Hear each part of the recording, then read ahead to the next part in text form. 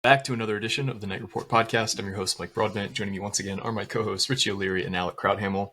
We did a rewatch of the game. We're going to talk about some of the things that we noticed, some of the things we think needs to get cleaned up and changed if Rutgers is going to make a bowl this year. Because right now at 3-2, that is very much in the air.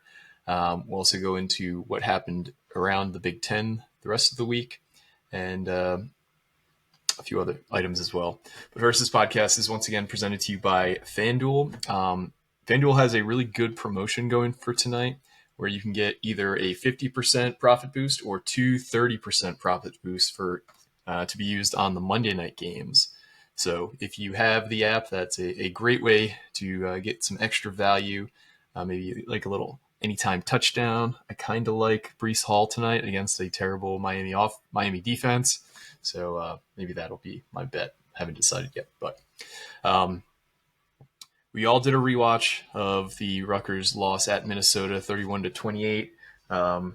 We've probably all got a few notes, but let's focus first on the offensive side of the ball because we could just say, I'm sure, a bunch of things about why things are not going well right now, but I think one overarching theme is that Rutgers continues to have hot starts and then go stagnant for that middle two quarters and then picks it back up at the end, but it's been too little too late against Iowa and Minnesota. Let's kind of speak to that. Alec, I'll let you start. What's kind of your read on why things continue to kind of get stodgy for the offense through that middle part? I think it's been, while the issue has still persisted in the last two games, I think it's for different reasons in each of the last two games. I think last week against Iowa, it was just the fact that the Iowa defensive backs were being very physical and had some pretty solid plays, just being in press coverage and trusting the guys in the back end of the secondary. So that kind of threw everything off. You don't get those intermediate routes as easily, things like that. For Minnesota, it just felt like Ethan Kaliakmanis was putting the ball in harm's way a little bit too much. And it felt like, he was kind of locking on to trying to make a big play instead of just taking what might have been there. So, yeah, I think there's things to fix, but I think it's been for different reasons each of the last 2 weeks. Just, trying to work things out where you're not putting the ball in harm's way so much. Again, I felt like he was always trying to make that big play, just trying to fire it into a really tight window. And in the first quarter, it really worked. I mean, those two touchdowns he had to DT Sheffield and KJ Duff, those were two of the more impressive throws that I have seen, not just from a Rutgers quarterback this year, but by any quarterback, period. So it's just getting back into the rhythm of things, making sure you're taking the easy looks. It just seemed like things were pressing a little bit for Ethan in the second half, where he's trying to, fit something in where maybe it shouldn't have been there or something like that. How about you, Rich? Yeah, I mean, Ethan, of course, was very, very accurate, very dominant throughout the first quarter and a half, I guess you could say, maybe even less than that. But it was those, I think they called it throughout the entire game. They're like that middle eight, and that's where you kind of saw them really struggle on offense. Thankfully, Antoine Raymond was able to keep them in the game for as long as he did. But it felt like the play calling after halftime too. There's just no adjustments. It's still the same play calls for the most part. And that's kind of what we've seen over and over again. It's just been very stagnant in that middle eight, and not just that middle eight, kind of even towards that second part of the third quarter too. But I think it kind of going hand in hand with everything Alex said. I thought Ethan just and on top of it all, we didn't even mention. I don't know if you mentioned it because I might have missed it, but we didn't even talk about the offensive line, the pressures that he was getting, and I feel like he panics a lot. And it drives me nuts that he doesn't really go past his first read very often. And by the time he does, it's already too late.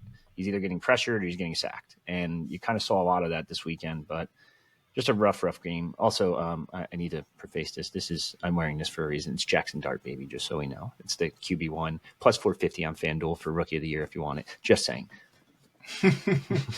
Company man, love to hear it.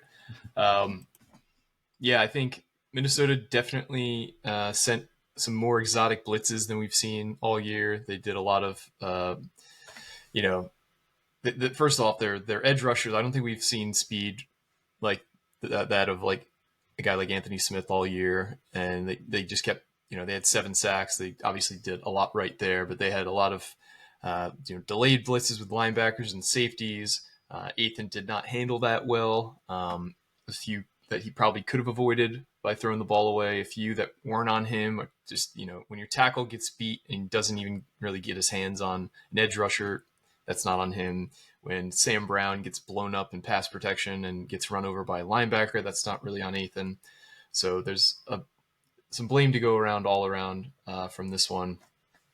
But I think the two things that really stood out to me in this one, it seemed like once the opening script was, completed, and, I don't know how many plays they script out, but Ethan starts 9 for 9 in the game, and the rest of the game he goes 12 for 25. I think two things that I noticed with Ethan is that I think he had a few tight window throws early in the game that he hit, and then that kind of made him be a little bit more risky later on in the game. So you look at the second pass to DT Sheffield, he rips it in there on an outbreaking route for like a 20-yard gain. That touchdown pass to KJ Duff for the second touchdown of the game, that was a super tight window throw. And I think those obviously are great to have on tape, and you take them when they come, but those are not going to come with any sort of regularity. And we saw that happen basically the rest of the game, where he was either missing on those, or when we had these kind of like flood concepts, we had the underneath guy wide open and he chose to try and get, the chunk play instead. So I think you saw him play his worst game of the season by far. You look at the deeper analytic numbers, PFF has him with 4 turnover-worthy plays on the game. Only 1 resulted in an interception, but he could have easily had 2 or 3 more. The rest of the season combined, he had 1 turnover-worthy play, and that was against Iowa. And that was an adjustment because he didn't have that in the immediate grading, and I guess that they gave him 1 in the second pass of the grades for the Iowa game. So I think he was maybe a little more amped up for this one than most games. And I also, I've noticed that once teams start playing us a little tighter, playing more man coverage, we don't really do much to help either distinguish that or beat man coverage. So, I mean, to me, I don't get why we don't really run any pre-snap motion, because that helps kind of identify the picture. Everything's like static. The only motion we really ever get is either Ethan motioning the running back from one side to the other to help him pass protect, or when we have that kind of wham tight end or receiver motion setting up the run game. So if we took a guy like DT Sheffield, for example, who, if you watch his North Texas tape, he is lined up all over the field. He's used in motion on jet sweeps. He's used in kind of like orbit motion to get his defender, off of him, immediately off the line. I don't get why we're not doing anything like that, because that not only helps you understand if they're in man coverage or if they're in zone coverage, but to get a guy like DT Sheffield running full speed right off the line is something that would be hugely advantageous to us, because we've seen him beat his guys over and over all season. But why we're not using him in any way that is kind of maximizing his abilities is really confusing to me. And I feel like that would help Ethan a lot, because if it's zone or if it's man from that motion, I feel like that would help them determine where he should be looking for the ball. I know he calls out a lot of things at the line, but it's more so just kind of like protection related. And also, because we struggle with man, why aren't we running kind of like any kind of crosser concepts where we can get a natural pick, help open guys up? I don't know. It's infuriating to kind of see the same stagnation over and over and not really see any true adjustments, because we run a very basic offense. Like, we run the same 3, 4, 5 concepts.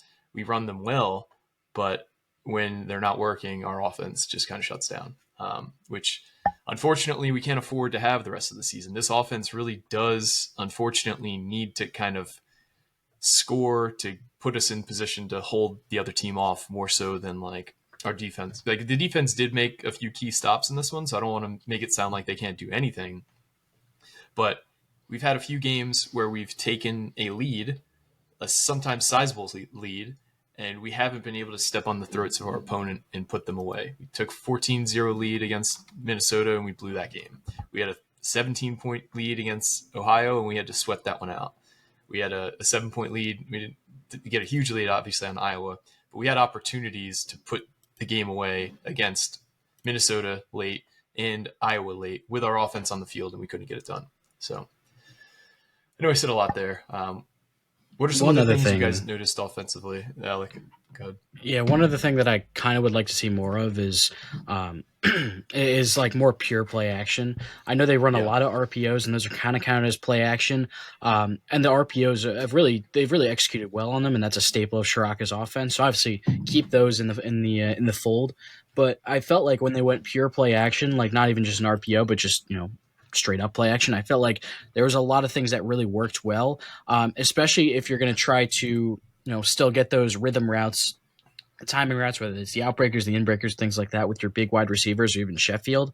I feel like having the extra wrinkle of play action, even if it's not an RPO, a lot of the numbers and analytics in the NFL at least show that even if you're not running the ball to high level, which on Saturday Rutgers did do that, but even if you're not running the ball to high level, which they've struggled at certain points to have an overly efficient run game, but play action, the efficiency numbers when it comes to running play action just are generally higher anyways than just straight dropbacks. So I feel like obviously you're not going to go play action or RPO every single dropback. You need to have some pure passing dropbacks without it.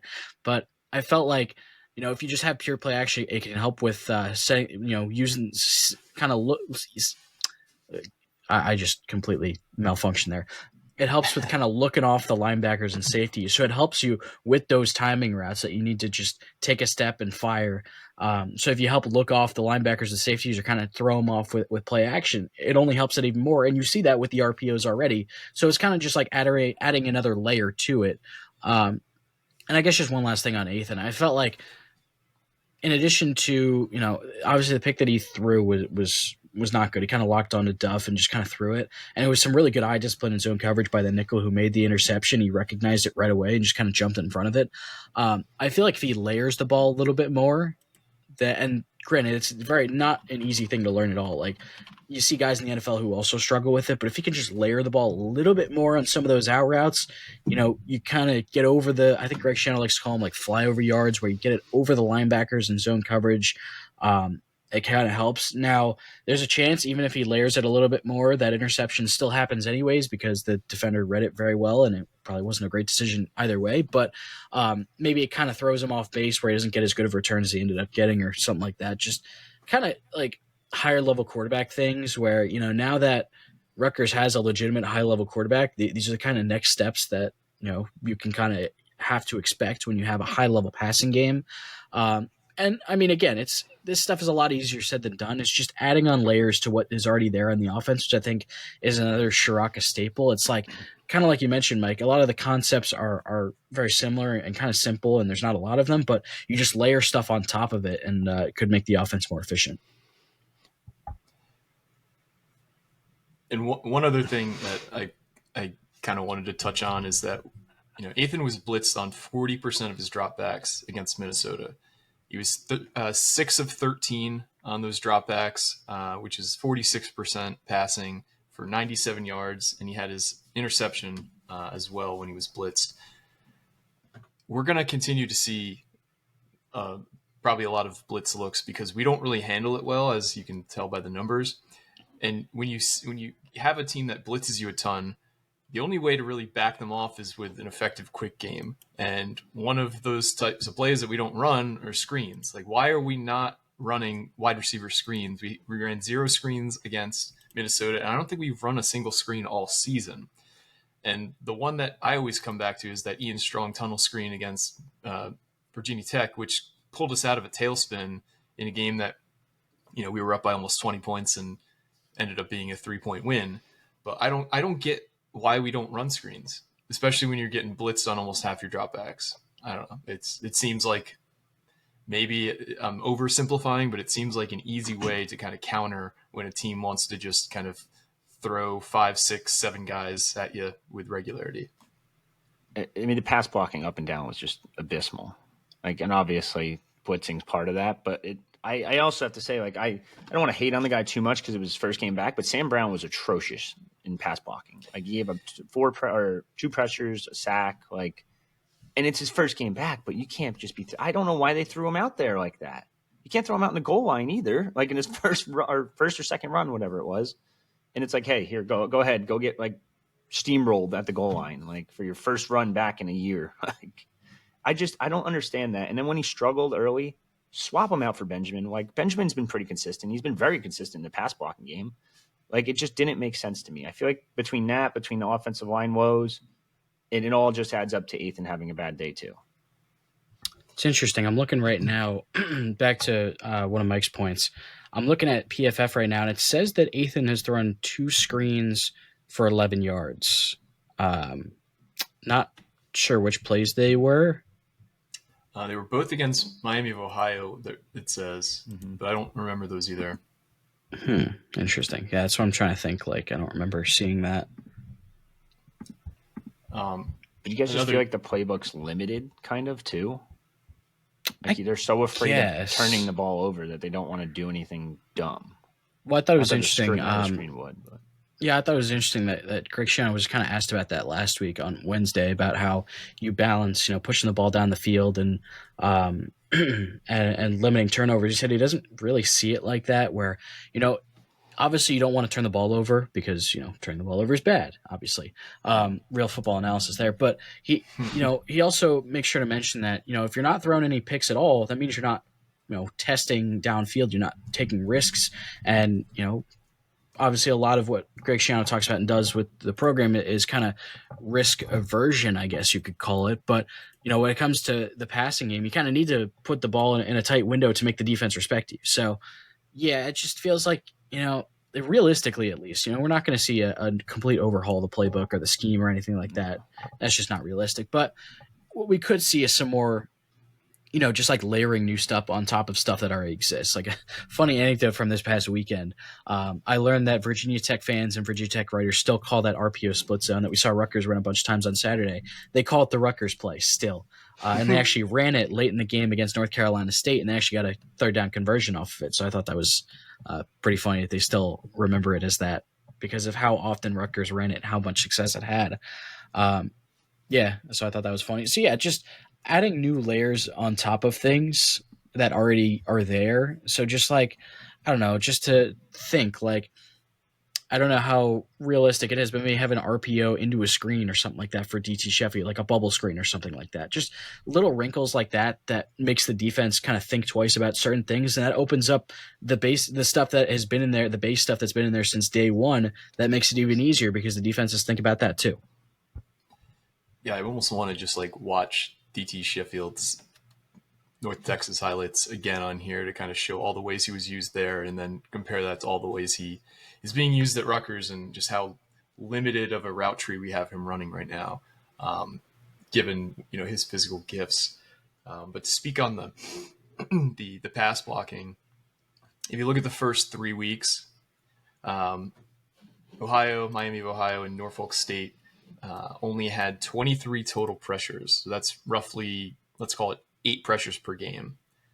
The last 2 weeks, Ethan's been pressured 33 times. So, almost double that. Actually, it is over double that. So he's been pressured almost 17 times per game in those 2 games against Iowa and against Minnesota. So we kind of have to have a better plan for how to handle pressure because the numbers are not great when Ethan's pressured. I mean, most quarterbacks don't particularly look great when pressured, but it's particular with the blitzing because this past week he had a 32.7 grade when blitzed on PFF. And then against Iowa, it was significantly better, but he had a 74.5 grade when blitzed, so I guess it wasn't that bad. But regardless, we got to figure out, look at the tape and figure out what was really giving us trouble from those blitzes that was not giving us trouble against Iowa, because I don't have a great answer for that. And that's probably something I should have looked into a little bit further. When I was rewatching the game, I felt like they did a pretty good job of timing their blitzes. They showed some delayed blitzes when they blitzed their DBs, like Coy Parrish absolutely lit up Ethan Kaliakmanis. Yeah. It's like once the offensive line is already set in their protection, someone else comes in. So it's just kind of some of those delayed blitzes that throws off the timing. I thought Danny Collins actually called a really good game and coached them up really well when it came to those blitzes and timing them and things like that. So Yeah, it's just a matter of like making sure that all the communication's there and things like that. Um, one point that I wanted to mention on the play action again, I know I've talked about it a lot. We saw them actually throw to the running back out of the backfield as well, where twice actually, where it was a play action play and Raymond just kind of slipped out of the backfield. He was open and he rumbled downfield for a really nice gain. So just kind of things like that. Again, it all comes down to just like adding layers on top of what's already existing. And then we saw him actually throw a wheel route to Raymond as well. He actually had a step on the guy that was guarding him. It was just a little bit of an underthrown ball, but he had a step. So Yeah. I wonder if, because we saw that on Saturday, if that's something that we'll see a little bit more of as the season goes along. You know, he'd be perfect for that role. CJ Campbell. Yeah, that makes me. It makes me wish they kind of emphasized that a little bit more before he got injured. Yeah. Yeah, I do wonder if that was something they were kind of holding back for Big Ten play, and obviously it's moot point now. But CJ Campbell can come back though. I don't know if he technically. He's got it's the ability a to medical redshirt. It's a bit of a gray area right now because he can get the hardship waiver because he had a regular redshirt when he was at Florida State. But also there's the issue of if the NCAA passes the 5-for-5 ruling that's been rumored for a while now, does he get is there like a 1 year right? Does he get grandfathered in? Is there like a blanket ruling for guys that were in there last year, like there was for the JUCO rule, or is he straight out of luck? We don't know. Yeah, I'd imagine the lawsuits will start and quickly be won by whoever sues the NCAA because the NCAA is has got some of the worst record in litigation that I can remember from any organization. Kind of real quick, hand in hand with that, Indiana's DB just got his court case basically thrown out for the JUCO waiver, and that's basically what Jet Ewad's was. So I wouldn't be shocked. I mean, I know Jet Ewad's going to play the season at this point, but I wouldn't be shocked if that ends up coming out sooner or later. That it's just like, yeah, Jet Ewad won. Like NCAA is now 0-82. Like,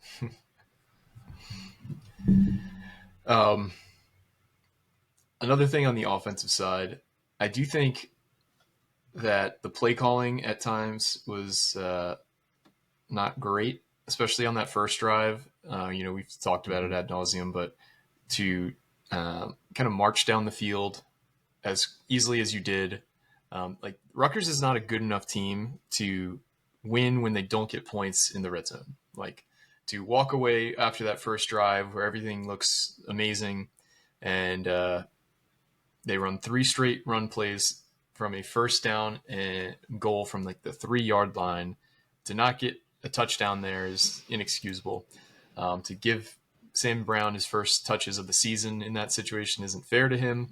And to go we've been complaining that they haven't gone 4 wide like at all this season. And this might have been the first, maybe if it's not the first, it's one of the few examples where they went 4 wide and it was on that 3rd and 7. They had like a trips formation on the left, and to the near side they had Ian Strong, I believe, and they just ran into it was like a draw play for Antoine Raymond, and they didn't even come close to scoring. But I don't know, like why save that look to just run the ball? Like it didn't feel like they were actually trying to score there. Because I feel like say you do get it 4th and 1, do you tush push there? Probably, but like I can't imagine that they thought that he would get 6 yards off that play. Yeah, I mean, I feel like the 3 play calls in a vacuum are, first and goal, second and goal, third and goal in a vacuum are defensible, but when you kind of factor them all in together, that's where you kind of lose me. Yeah, and I was going to say something else on your other point, but I forgot what it was, so go ahead. I also think we need to figure out like what our like gotta have it play is and be able to just kind of go to it, because in the couple instances the last few weeks where we like had to get a late 3rd and 7 conversion, like we need to draw that up for Ian Strong because his hands might be the best hands in terms of contested catches in the nation, and KJ Duff's just not there yet. Great receiver. When you hit him in stride, he's a freaking gazelle. He's gonna burn DBs. He's way faster than he looks at 6'6". But that play should have been drawn up for Ian Strong across the middle on that 3rd and 7, because I firmly believe that if we convert there, we probably end up scoring on that drive. Obviously, I think we punted it away from like the 30. You can say like we still had a long way to go. Yeah, but I just feel like we needed some momentum, and the offense needed to provide it, and they didn't. And then I think the bad snap, I feel, was just terrible luck more than anything, because of course we haven't had an issue snapping the ball in 2 years with Ethan, and this happens at the least. Like if you could pick like a single time where that can't happen in the last 2 years, like the worst time that a bad snap could occur to lose 15 yards, that might have been it. That was just bad luck. Giano pointed to the crowd noise playing a factor there. And it was just like the fact that it was just a little low, because if that just like hits Ethan in the chest and he's not ready for it, he probably just falls down and you lose 4 yards and you live to fight another down. But when you go from 2nd and 10 to 3rd and 25 when you're on like roughly the 40-yard line, you're kind of, whatever plans you might have had are over at that point. Well, going back to like your 3rd down thing about like targeting Ian Strong, it seemed like early on in the season it was going to be DC Sheffield that was the guy on 3rd down, and they trusted him a ton. And now it just switched kind of to KJ Duff, which was kind of weird. I don't know why you're switching away from what was working, but on top of that, the snap thing, it's just there's nothing you could do. That was worst case scenario. Well, I think on that 3rd down that you're talking about, I think DT Sheffield was the primary read there, at least in the formation where Ethan was looking. And then Coy Parrish, being the all Big Ten safety that he is, kind of blew that up by working over towards him. And then he had to switch to Duff, who was already kind of there. There were a few defenders already around him. And I watched the snap a few times to see what went wrong in terms of the timing. I tried to watch the offensive line to see if there was like a silent count, like a motion that they had to, work as the silent count. I didn't really see anything. Ethan usually has kind of a similar cadence for how he usually he went to the line, he made sure to adjust something, and then he usually brings his hands up like this, and then he gets into his cadence, and whether it's like a 1 or a 2 or whatever, then he takes a snap depending on that. But the ball was snapped like right as he brought his hands together, so I don't know what the miscommunication was there. And I've seen a couple of people get at Ethan for just kind of sitting on it and trying to run around for a second and then just kind of sitting on it. I don't think there was an opportunity for him to throw the ball away without picking up an intentional grounding, or worse, throwing an interception. Especially when you think about, some of the sacks that he took earlier in the game, it was just, he wasn't able to, get into that mode of, I got to make something happen here quickly before I get taken down fast enough. And even the time, I think it was before the end of the first half in that 2-minute drill, he did throw the ball away as he was being taken down by Anthony Smith, I think it was. And even then, it got dangerously close to still being in the field of play. So It's like, it's hard to, especially because in that situation, I feel like a lot of times you're coached to just, kind of eat that play, but you don't want to, because you're stuck outside of field goal range with the clock running. So it's kind of a no-win situation there. No, it would have been nice if he was able to throw the ball away. I just don't think, I'll look at it again. I think he might have still been in the tackle box at that point, so that just makes it infinitely more difficult to try to make something happen. B, I haven't been able to see, we don't have the all 22, so that makes it a lot harder. I don't think there were any receivers that he could have found to throw it over their head.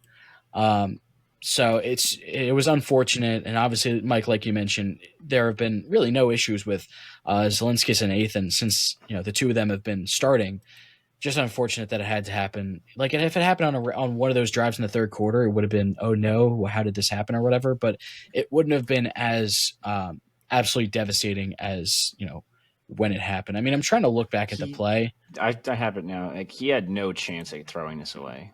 Like, by the time the first defender missed the tackle or missed a sack on him, and he steps up, like he could have a split second opportunity to maybe chuck it, but at that split second, there was 4 defenders converging on him. Like, he was kind of screwed regardless. Like, Anthony Smith was there. I'm looking at it right now. If where he picks it up, he kind of stops and looks up at the field. There's 2 defenders right in his face, so he really doesn't have a chance there. It's just really unfortunate that it had to happen that way and the timing. So, and not even a pick, like God forbid a fumble, even it's even worse. Right, exactly. Right? That was what I also was thinking. Like, if he tries to throw that, he could have especially considering he's off platform, he could have very easily gotten strip sacked or just kind of lost the ball. So there was a lot of ways that play could have gone even worse than it did. Even the way it did end up going was pretty bad. It could have gotten even worse. Yeah, and I feel like if he did, sorry to cut you off, Mike, I just have like one last thing on it. Like, I feel like even if he did try to make something happen, if you're Greg Schiano, it's probably even worse if he tries to make something happen out of that play and ends up throwing an interception or fumbling or something like that, than if he just eats it. I need to pull it up because it looks like Needham tripped on a ghost. Number one, this is the play. But wait, so Needham gets beat by Anthony Smith, right? And then watch, it looks like he hits a ghost. What the hell just happened there? Yeah, I don't know. I don't know what happened there. Like, I went back multiple times to see what he tripped on, and it's. I think he saw the guy and tried to throw his body at the defender as quick as he could. I guess. But the other thing that we haven't mentioned yet either is that.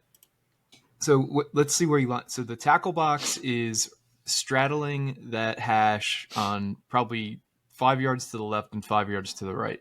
Yeah, Taj White is basically just above the Big Ten logo. Yep.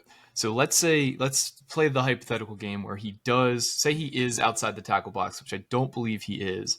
He still needs to get that ball if he's trying to throw it away beyond the line of scrimmage. And where he picks it up, that's a 20-yard throw. Like, that's not just like something he could just chuck like sideways into, the stands. That needs to go beyond the line of scrimmage in order for it to be a throwaway. Yeah, the 26, and then no, he's in the tackle box. Maybe he's not right. If maybe right there, he's not, but that is on the edge at best. And he still has to get across the line of scrimmage. Yeah, complete off platform too. On top of it all, Yeah. like that to turn his entire body and then throw it, like it's. But impossible. the only way he's getting rid of that ball there is if he flips it to Kenny Fletcher, and he hopes if he can like loft it over the lineman and hope that it doesn't get picked off. That is, I think it's the right move to eat it. Maybe I don't think any NFL quarterback could do that on the fly that quickly. No, absolutely not. Maybe Patrick Mahomes or Josh Allen, but other than that. But there's like a maybe 50-60% chance this guy's going to try to pick this, or going to pick it off. Right, especially if he kind of floats it. Yeah. I'm assuming this is a Rutgers guy here. Can't really tell, but it's just Just very unfortunate. I feel like if that play doesn't happen, Rutgers probably at worst gets to overtime and could have made the first field goal too. Yeah. Yeah. I also have something on the next play that I'm sure has been much maligned as it's gone on since the game ended. I was okay with the very next play call where they have the drag route to Ian Strong. There's a difference between understanding and agreeing with it. Like, I don't necessarily agree with it, but I understand what they were doing, and I find it defensible. Because if you watch the play, they have trips on the left and they have Ian Strong on the right. They send all three, Minnesota just called timeout. So they have the trips. They're going for the same thing, where they have trips on the left side and Ian Strong to the right. They're going to clear out all three guys and just have Ian Strong alone there. We saw them do that a few times against Ohio. Now, you could argue that Ian Strong could have possibly gotten a little bit deeper in his route, but at the same time, Minnesota's linebackers were kind of syncing up once they saw that. I understand what they were doing because let's say you try to throw it deep and it's incomplete, just because it's very hard to convert a 20-yard pass down the field, especially at this point in the game, the way that the offense had kind of slowed down. Then you're you're straight out of luck because now you're kicking a 59-yarder if you even kick it or you're going to go for it. So I think what they were doing was they were trying to not go for the boomer bust, and they were trying to just get as many yards as you can, with a higher chance of at least completing the pass and getting some yards instead of going full boomer bust and getting no yards. So I understood what they were doing. That doesn't mean I totally agree with it. I would have liked to see him get a little bit deeper down the field if you're going to do that, but I understand what they were doing, and I can at least see it from their vantage point what they were trying to do. Yeah, you get into Patel's range. So we spent about 35 minutes talking about the offense and things that we could do better. But the two areas that we really need to do better are special teams and defense. And special teams, let's talk about that first, because I feel like this is the more easy fix.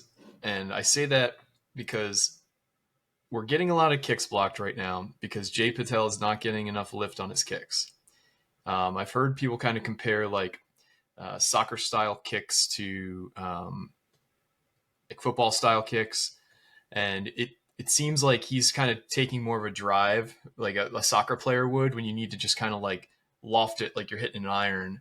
And you saw like on the extra point following that block, he did a really exaggerated loft, so he's capable of it. But it seems like he just is miskicking balls, and that's, at least in my opinion, the reason why the last two kicks have been blocked. Because it's almost like you've heard the broadcasters talk about it. They said they didn't even need to jump; they just put an arm up, and basically the only reason you should have a kick blocked is if there's like an overload to the side and you have like a guy who's screaming in unblocked, running like a 4-4 and dives in front of you. Like you shouldn't have kicks blocked like Komoko Toure style. I think the only reason those happen is because you didn't get enough lift on the kick. And sometimes you're kicking a 50-plus yarder, you need to drive it. So that's just kind of a part of long kicks. You need to get more power, and the way you do that is by kicking it more directly and more straight on. But a 22-yarder, this should be like almost straight up in the air. And if you look at the launch angle off his foot, like if you watch Rashawn Lawrence block it, it like hits him in the elbow, like, and he's just putting his arm up. So I'm sure this is a point of emphasis. That was Rashawn Lawrence that blocked the kick? Mm-hmm. Funny how that works. Yeah. Guy who wanted to be at Rutgers, but we didn't show interest until late. But we have a really good interior defensive line, so it's all good, right? All right. So while this is easy to identify, and I'm sure it's a point of emphasis for kicking, like you just need to be more consistent, need to get better, and that's one of the things that Giano talked about. You know, we're not doing enough things with consistency right now, and the same thing for kick and punt coverage. We are not maintaining gap discipline on kickoff and punt returns. We've had issues where guys are like, if you watch the Caden Weegan punt kickoff return, it was just the parting of the seas because we had two of our defenders run into each other and take each other out, and then it was just off to the races. We just need to do a better job of that. Coy Parrish also had a huge return in this game. We also have an issue where we're not getting those booming kickoffs anymore. Like, you want to basically not allow the other team to run back the kick, and we're giving way too many chances to return kicks right now.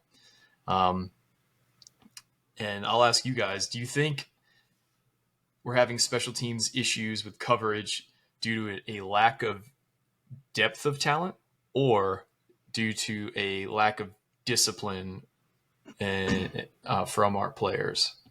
And it's probably a little bit of both, but what do you think is the bigger primary issue there?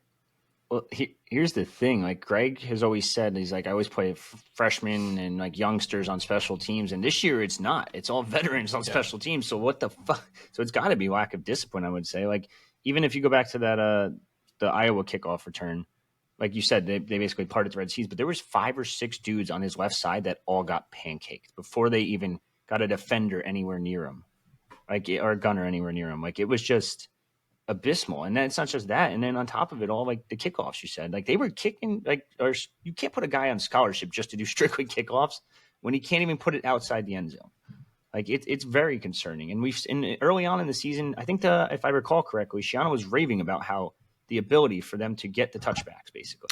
I think it was either Miami or Norfolk State. I don't remember. He was raving about it. I think it might have been now Miami. It turned to shit. It called him a weapon. And the one in particular at the end of the first half, there are a lot of things that I really didn't understand about that one, where you're kicking. It's like you're not booming it through the back of the end zone, which, I mean, obviously, you're not going to do every time, but it was short as well. And it looked like it was, I don't want to say intentional. It looked like they were trying to put it in play, but you're kicking it directly at Coy Parrish on the sideline, and then all the gunners kind of come over, and then it just opens up a lane for him to go around. So, yeah, it's just a lot of issues that just need to be ironed out when it comes. They just need to I mean, just need to perform better, I guess.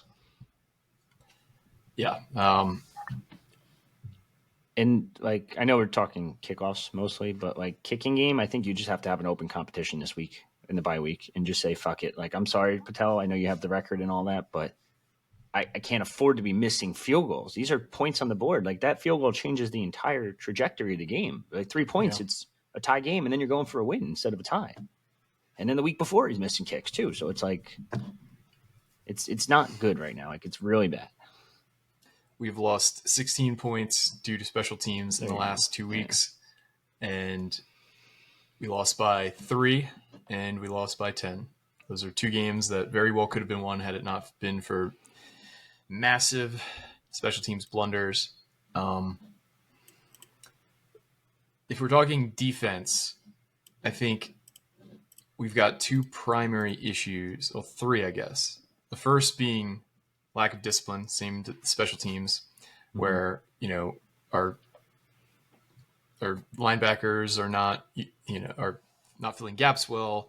Our safeties and corners are not using great eye discipline. They're, following, play action. They're just not being disciplined in general. Same thing for our pass rushers. We're over pursuing.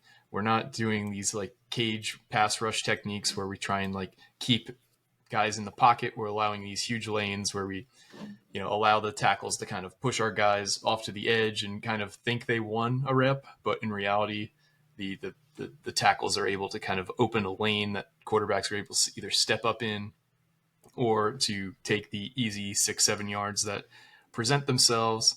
And I think that the scheme that we're running on defense, where we're trying to play a lot of cover 3, cover 4, keep everything in front of you, not doing a lot of exotic blitzing. We are blitzing a lot with the linebacker, but we've talked about this last week, where it's just kind of like we're kind of declaring it early in the before the snap, and we're just kind of like having that guy essentially act as like a fifth line defensive lineman, and it's not super effective. And additionally, it seems like our guys are having to think a lot when they're out on the field, where it doesn't seem like, I don't think we have like the slowest defensive unit in the Big Ten, but we're effectively playing like the slowest because it doesn't seem like they're comfortable out there in the scheme and don't really at all times know their assignments. So I don't think there's an easy fix to this. It's pretty clear at this point. I don't think Rob Smith's the guy long term, but he's not getting fired this year. Additionally, I think they have too many experienced guys to be playing this poorly. So do we start the youth movement? We already kind of saw it with Kevin Levy when Al-Shadi Salam and Jacoby Henderson were struggling last week, but he did not play well. Do you think that they spend a lot of the time during the bye week kind of pressure testing these young players to hopefully see some kind of flashes to maybe a guy like Sam Robinson really kind of shows enough to trust him out there because he has the prerequisite size and speed to actually be a player? What are your guys' thoughts on that? They're like, for let's go back real quick. Kevin Levy played 8 snaps, got targeted 3 times. Like, they knew what they were doing, and he got abused 3 times, or I'm sorry, 2 of the 3 times. Sam Robinson, I feel like at this point, like if he was knowing the playbook enough and was good enough, that he would be out there, because like linebacker, they're struggling mightily. I thought Jabome played better, but like the Abram Wright struggled. Like, there's just too many guys that are either being put in the right place at the right time and not making the right decision, or they're just in the complete wrong place and like just completely out of place, I should say. And it goes up and down. It's mostly the back. I shouldn't say back 4, the back 7, I guess, technically. The safeties are out of place. Safeties aren't, like you said, they're not making the right decisions either. Like, they're looking at like play action and staring and like, what do I do? And it's like, no, dude, fucking go cover. It's insane. But I don't know if the youth movement is the answer, but I'm at the point where you just got to try something else, right? Like, even like guys like Digibril, and this isn't even the back 7, this is the front 4. Digibril Abdul-Rahman continues to get limited snaps and continues to get pressures in those limited snaps. So maybe you do just have to try something different, because it's clearly not working, and these guys are going to get abused over the next couple of weeks if you don't change anything. Between Washington's offense, which is a really talented quarterback, a dual threat quarterback, and arguably one of the Big Ten's best, if not the Big Ten's best running back. Like, you have a lot of issues that are coming up real quick, and I just don't know what the right decision is. Do you go with the youth movement, or do you just try to keep coaching the guys up now that you have the veterans that you trust? Like, you put a young guy in Sam Robinson out there, he's bound to make like similar mistakes, I would say, just because he's young, he hasn't played. But I don't know what other option you have. Like, it's kind of weird from Saturday's game. I thought the defensive front actually played pretty well in the beginning of the game when they were getting stops on Minnesota. I thought they were targeting the right side of their offensive line, which in our preview with Daniel House, we talked about how that's kind of, weakness and kind of influx for them. And I thought they did a pretty good job of attacking it and getting pressure on that right side of the line. I thought Keshawn Griffin got in the backfield a few times, really. I think he had like 3 different times where he got in the backfield, whether it was on a run or pass play. But then the third quarter, I mean, Minnesota's offensive line really stepped up and they dictated the tempo. They really didn't allow any pressure in the backfield at all. I mean, I rewatched that first sack. Drake Lindsay just kind of, everyone was covering, just kind of ran straight into Bradley Weaver. I still don't really know what he was doing there, but they went up tempo. And when Rutgers stayed in zone coverage, they just had a quick hitter, whether it was just like a little stop route from a tight end or running back in the flat or anything like that. Like, it really wasn't a lot of wide receiver stuff that beat Rutgers in the third quarter. It was just a lot of, tight ends, running backs, quick stuff to get ahead of the zone coverage. And I'll give credit to Drake Lindsay. That was the best that I had seen him look all year by far. And he took command of the offense in that third quarter and really propelled it to a victory. So yeah, it just seemed like Rutgers defense wasn't quick enough to react to some of those plays. One weird one, that holding call that wiped out the third down stop. No, it ended up not really mattering since they held Minnesota to a field goal anyways, but they called it on Jabome. I have to think that was a mistake because I've watched that play probably 10 times now, and I don't know what Jabome could have done to get called for holding. I was thinking maybe it was Bo Masco or not Masco, Jacoby Henderson maybe in coverage that got called for holding because I didn't really see him, but he was pretty attached to his receiver. I don't know if you guys had any other views of that play, but like Jabome blitzed, he went up to the line, and then he kind of bailed into coverage at the last second. He really didn't make contact with anybody, so that really confused me. I watched that play tens of times now, and the BTN broadcast didn't really show him in coverage, so that kind of confused me. I don't know. I mean, it ended up not really mattering in the grand scheme of things, but I was very confused about that. Yeah, we talked about it often. I didn't see anything, though.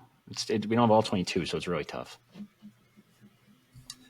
Defensively, though, the one thing that really did impress me is I thought they did an excellent job stopping this Minnesota run game. I feel like they got more penetration into the backfield than we've seen really all year. They held their running backs to just 45 yards on 15 carries, so 3 yards per carry. They had a bunch of TFLs. It feels like they kind of almost were playing like I feel like they outplayed the Minnesota running game, and maybe that doesn't happen if Darius Taylor or AJ Turner play in this game. But we forced Minnesota to prove that Drake Lindsay could, consistently, get the completions in front of him, and he did that. So, like you said, Alec, credit to Drake Lindsay for, proving that he could, hit the open man when he saw it, because we weren't really pressuring him a lot. Maybe if we were able to get some pressure, this game kind of tilts differently, but because we couldn't, it's kind of a moot point. But I did want to kind of shout that out because that's the first time that this run defense has looked even somewhat like it had a pulse, and it's a shocker that the only time it looks like it has a pulse is when we don't play a mobile quarterback in Drake Lindsay. But unfortunately, that's about to change because anybody who watched the Penn State game the other night against Oregon, Dante Moore was, when things weren't present for him, he was taking 5, 6, 7, 8 yards anytime he could running the ball. They run a lot of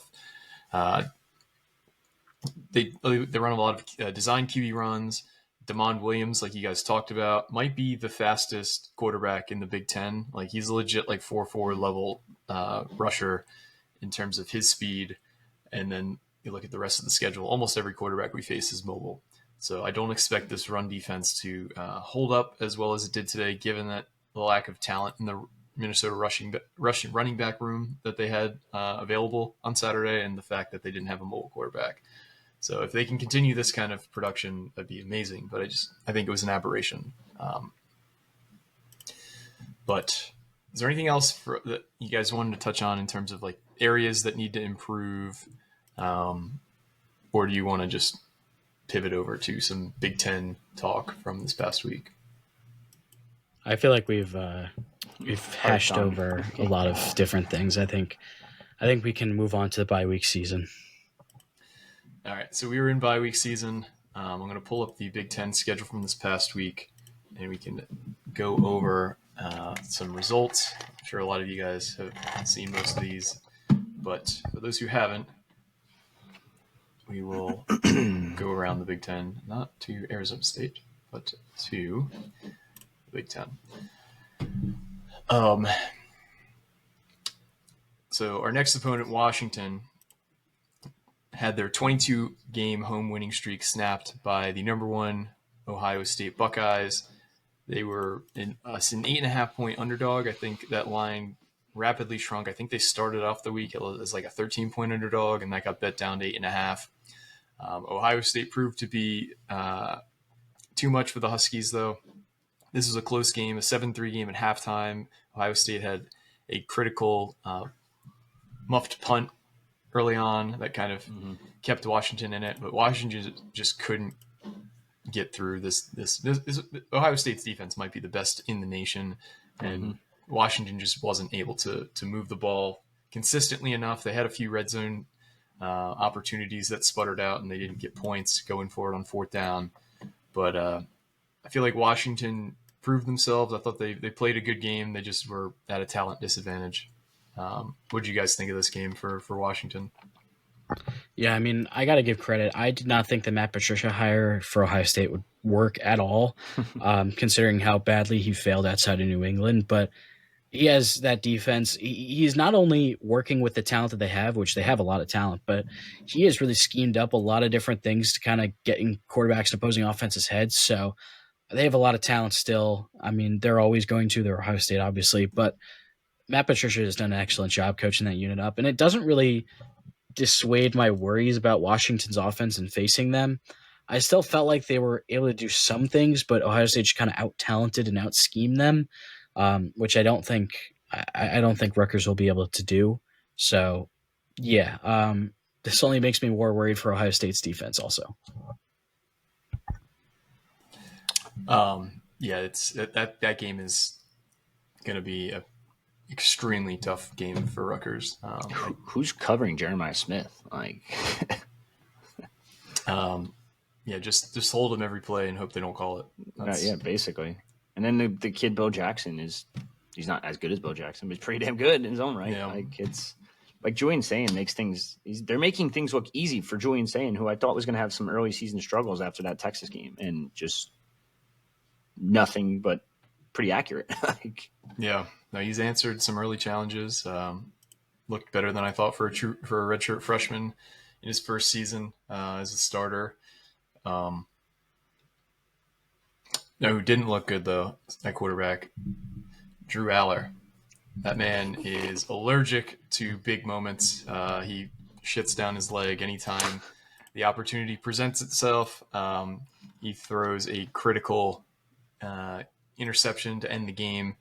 Oregon goes on the road with the most impressive win of the season, in my opinion, in college football, winning in a whiteout 30-24.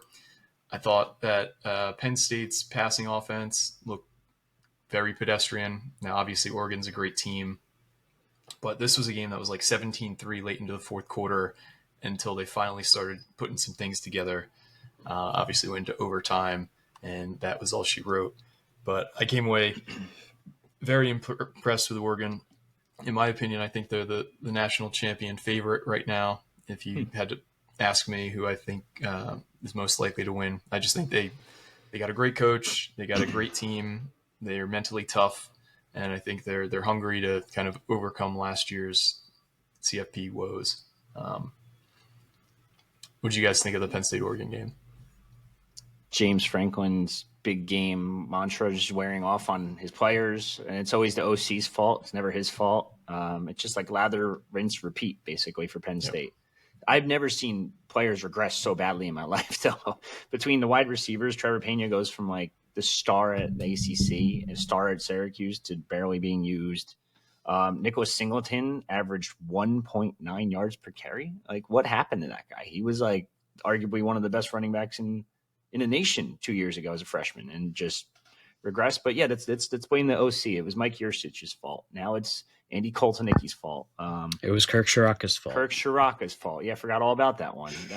That was a weird COVID year, so I won't put too much blame on Franklin for that one. But this is just Penn State's MO at this point. They're never going to get past this level, and they have the NIL, they have the dogs on paper. They just and you're going to tell me next year when they have a guy that's never started a single game in his entire career, and Ethan Grunkemeyer is going to lead them to the promised land? Like, they're kind of cooked right now. And Oregon's in the conference. Now they're really cooked. It's just really weird with Penn State quarterbacks. It always feels like the one that they have right now, it's been like this for the last, 6-7 years. The one that they have right now is not overly inspiring, but the one that they got waiting in the wings, he's going to be the guy. And it feels like they do this over and over again, whether it's, Trace McSorley, Sean Clifford, now Drew Aller is that guy. It's just very strange. And like you said, they've had different offensive coordinators, and everything that I've seen from Andy Kotelnicki, I hope I'm saying that right, but everything that real quick, Mike. Everything that I'm like, nice. yeah, pretty much. I forgot about Christian Hackenberg. Your fault. I forgot about Christian Hackenberg and Will Levis as well. So yeah, it's very strange. It just, something does not translate. I don't know what it is. Like Aller in particular, if you want to build a quarterback in a lab, physically, that is Drew Aller. It doesn't translate onto the field. He doesn't make the decisions fast enough. It seems like he should be a pretty good runner, but he's just not. So I don't know. I don't know I don't know what's not translating. Like this offense should be so much better than it is, but they just struggle. I mean, I think it's just as simple as, the head of your program sets the tone, and when he's got nervous energy, when he, craps down his leg, when the big moment arrives, that's going to bleed down to your players. And I think Drew Aller is not a super mentally tough guy. I think he shrinks in big moments. We've seen that time and time again, whether it be the late interception in the Big Ten championship game, whether it be the late interception against Notre Dame, whether it be this late interception against Oregon. Like, he's had so many opportunities to kind of snatch the mantle for like a moment to show he is that guy, and he's time after time squandered those moments in the worst way imaginable. So, and I'm also firmly on the camp of you can't be a good quarterback when your name is Ethan Grunkemeyer. I just think that he's been doomed from death or doomed from birth, because there's a ceiling for you as a player if your name is Ethan Grunkemeyer, and I'll die on that hill. The only other notable for our purposes result from this past weekend from our future opponents was Illinois found a way to get its mojo back against USC. They were a touchdown underdog at home versus the Trojans, and they found a way to win late. They hit a 41-yard field goal as time expired to beat the Trojans 34-32 to maybe prove that you can have a bad game. That doesn't mean that you're a terrible team. Obviously, they lost the previous week to Indiana, who also won at Iowa this past week in what I can only describe as a fashion that they need to investigate at the highest level, because Indiana was a 6.5-point favorite in Kinnick. Fernando Mendoza it's fourth and whatever from midfield with 3 seconds left in the game. He takes the snap and runs 40 plus yards into the end zone and falls down. What I don't understand about this is obviously you got a good understanding of kind of how many seconds are left. You can see it on the clock. If your goal is truly to kind of just take the safety, why not run out the back of the end zone? Why risk getting tackled and fumbling there? You know what I mean? Why get the safety anyway, unless you don't need the safety. You're right. Unless the spread was something specific, and it was one of the worst beats of all time. But that's all I got. Anything from around the Big Ten from this week that you guys wanted to touch on? I thought the game itself with Indiana and Iowa was pretty fascinating, the way that went down in the final couple of minutes. Both teams traded interceptions, and then Elijah Surratt breaks free for a long touchdown just after breaking a tackle after 0 blitz. Let me think of what else. I mean, there wasn't a ton groundbreaking stuff. Just kind of think of what else happened. Yeah, not a whole lot of big stuff in the Big Ten. Like you mentioned, the Illinois USC game was pretty interesting. Other than that, yeah, we kind of talked about it. We're not even gonna mention Northwestern UCLA. We don't need to talk about that one. No. But Illinois USC. I mean, Brett Bielema continues to prove that it doesn't take 8 years to rebuild a program. Like that's at a similar level to Rutgers specifically. I mean, 8 wins in year 2 and a solid bowl game. What could have been 9 wins if they pulled that off. 10 wins in year 4. Now he's approaching another good season, it looks like, minus the Indiana loss. Like he's going to win. He's going to beat Purdue. That's 5. Probably beat Maryland 6, Wisconsin 7, Northwestern 8. Might have another 9, maybe 10-win season if they end up pulling off an upset or 2. So it's like that's it's kind of infuriating when you see another program on a similar talent level and a similar NIL scale and a similar almost up and down across the board kind of surpass you. Yeah, no, it's and you could have pretty well established that you don't need to have the Chris Ash 8-year plan to rebuild a program when you see all these programs doing it, kind of like a pop-up show all over the country where you're just able to kind of take a program that is down, not just bad, but down horrendous like in Indiana, and turn them into a CFP team in year 1. I think you kind of got to look at yourself in the mirror and think, like, am I really making this harder on myself than I need to? I know that a lot was kind of pointed at Indiana having like a sizable NIL budget when Zignetti came on, but I also think that was a case of he had some great player evaluations as well. He brought over a ton of his guys from James Madison. So I think that was a fairly unique situation, but shows that there is a plan out there that you can rebuild quickly in today's day and age, unlike in the past. All right, we have gone on long enough, I think. I want to thank everybody for tuning in. We're going to have a lot of content for you this week. We're going to be speaking with Eric LeGrand later in the week. We're going to be speaking with TJ Hitchings later in the week. We're trying to get another guest lined up. Somebody we've never spoken to, who I think everyone will be excited to hear from, given some of the recent conversations from this person regarding Rutgers football. So we're hoping to fill you up with some content in the bye week. But Rich, what else we got for you? One more thing. I want to say my condolences to the Hunt family. Yes. Todrick was the greatest guy in the world. As a young up and coming little shit reporter that I was, he would always give me the best advice in the world. He would always tell me, like, if people, like, I used to get bad mouthed on Twitter all the time. He would always just tell me, like, just keep your head up, keep doing you, keep, essentially, for lack of a better term, keep chopping. And he was just the greatest of guys. And just condolences to his family and keep them in your prayers. Yeah, I was never able to meet him, but sorry, Richie, but a lot of the reason that I came up in this industry and why I'm doing what I'm doing today is because I read a lot of his stuff as well. Sorry, Richie, it wasn't as much you, but a lot of his stuff really did inspire me and help me get into where I am today. So terrible news. Yeah, it's just awful when I heard about the news. I didn't really have a ton of experience with him, but when he was a publisher at one point, and I read his stuff and kept reading his stuff at NJ.com. And I really loved his work with like the top 50 players in the state, regardless of year. I thought that was always a great piece, and just seemed like a great guy. Yeah. And you just, your thoughts and prayers go out to him and his family. This is just a brutal loss for the New Jersey football scene. But on that note, we're going to sign off. I want to thank everybody for listening. For me, Richie, and Alec, this has been another edition of the Knight Report podcast. Signing off.